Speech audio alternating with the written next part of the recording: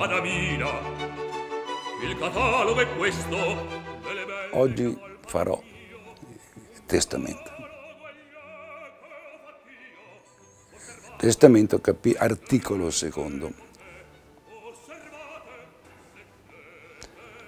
Operaio. Il mio secondo paragrafo è intitolato Operaio. Ho detto prima operatore del pensiero, operaio del pensiero, produttore di pensiero. Il lavoro è produttivo.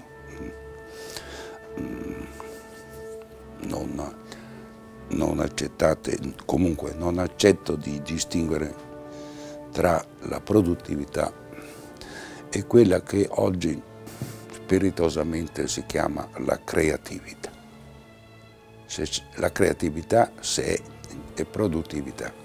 C'è il passaggio da una materia prima a una materia seconda, che a sua volta potrà dar luogo a altri prodotti oppure essere consumate in quel momento, a seconda dei casi.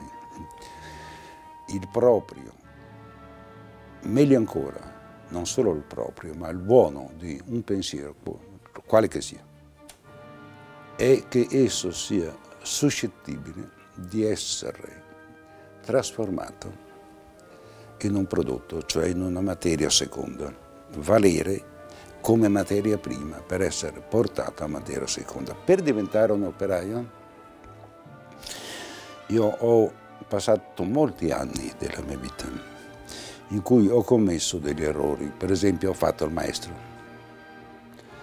Era già una modalità di operare con cui già avevano dato la testa in molti. Lacan in un modo speciale, ma già Freud. L'operaio è uno che produce e un giorno, forse, se ci saranno altri produttori, né più né meno che lui. Non esiste una gerarchia di operai. Se ci saranno altri operai, né più né meno che lui, allora potrà nascere una società operaia. Sull'operaio posso fare questa aggiunta, anche senza dilungarmi. La posizione del lavoratore, dell'operaio, e quella posizione, al momento mi occupo della sola definizione, è quella posizione che risponde alla domanda che ho posto prima, se sarei interessata ad avere 30 anni con incorporata, diciamo, allegata fontana dell'eterna giovinezza. Nella posizione del lavoratore non c'è noia e non c'è angoscia. È la posizione del lavoratore la posizione della salute, o se volete della soddisfazione. Il lavoro di cui parlo io non stanca. Ricordo un celebro titolo di un racconto intitolato Lavorare stanca. Questo lavoro, il lavoro del pensiero, non stanca, ed è l'unica azione. Ci sono anche altre azioni come quella omicide. Il lavoro non uccide, per esempio. Il lavoro non uccide, non ruba, non inganna e così si via con tutta la serie dei possibili delitti o peccati. Il lavoro è l'unica azione o operazione che assicuri, importante verbo, perché serve alla risposta alla domanda, che assicuri la soddisfazione, e ciò che è dimenticato in generale è che la parola soddisfazione si contrappone a angoscia o noia. Nel nostro mondo al 99% si confonde la soddisfazione con la sedazione.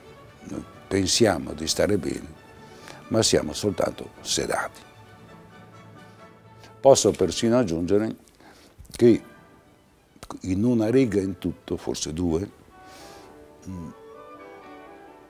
ciò che ho detto, io l'ho semplicemente esteso, ma l'aveva già detto un Freud circa ottantenne, quando ha lasciato scritto che il lavoro, perché lui ha continuato a lavorare fino a un minuto prima di morire, che il lavoro era la sua unica soddisfazione. Io ho semplicemente esteso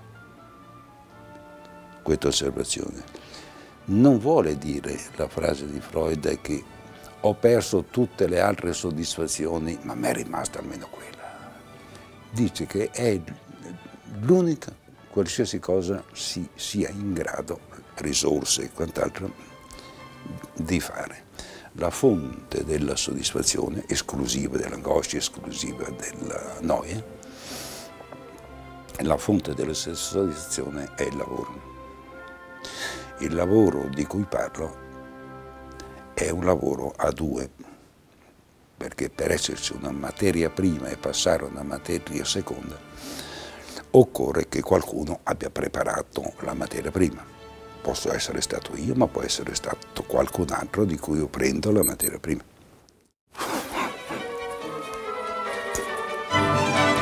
Giro filologica.